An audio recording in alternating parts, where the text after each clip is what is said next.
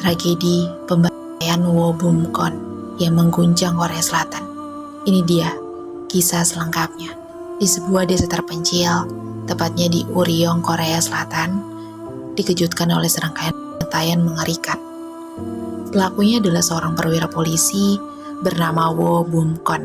Kisah ini bukan sekedar kriminalitas biasa, tapi juga potret sisi kelam manusia. Wo Bum Kon lahir di Choryang 5 November 1955 yang terletak di distrik Dong. Ayahnya juga seorang polisi, dan ia bercita-cita untuk mengikuti jejaknya. Sebenarnya, semua dimulai dengan hal sepele, yaitu pertengkaran kecil antara Wu dan pacarnya. Sang kekasih menepuk dadanya yang sedang tidur, dan hal inilah yang memicu emosi besar. Tak ada yang menyangka bahwa reaksi Wu akan sebrutal itu. Pada saat itu, ia meninggalkan rumah dengan emosi. Wu kembali ke kantor polisi dan dengan mengambil senjata dan amunisi dalam jumlah besar, yaitu 2 senpi, ratusan peluru, dan juga beberapa granat. Ia kemudian memutus sambungan telepon lokal untuk menghambat bantuan.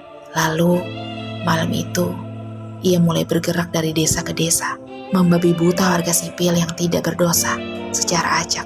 Beberapa orang menyebutkan bahwa Wo Bum Kon sering jadi bahan gosip warga karena tinggal serumah dengan pacarnya yang bernama Chun Mal Sun tanpa ikatan pernikahan. Di lingkungan desa yang konservatif, ini dianggap tabu. Chun mengaku Wu sangat sensitif soal ejekan dari tetangga, dan diduga ini memperburuk amarahnya pada malam itu. Selama 8 jam penuh, Wu menciptakan teror. Ia pindah dari satu lokasi ke lokasi lain, membantai siapa saja yang ditemuinya. Polisi pada saat itu kewalahan melacaknya karena komunikasi yang lumpuh.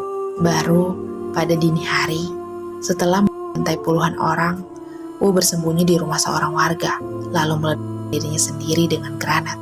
Total korban tewas pada saat itu mencapai 56 orang, termasuk dirinya, dan ratusan lainnya luka-luka. Korea Selatan saat itu terkejut, bagaimana bisa aparat sendiri pembunuh massal. Tragedi ini mengekspos kecacatan sistem pengawasan polisi, serta betapa mudahnya mendapatkan akses senjata mematikan bagi mereka yang tidak stabil secara mental. Setelah tragedi ini, pemerintah Korea Selatan menerima banyak kritik, terutama dari media internasional.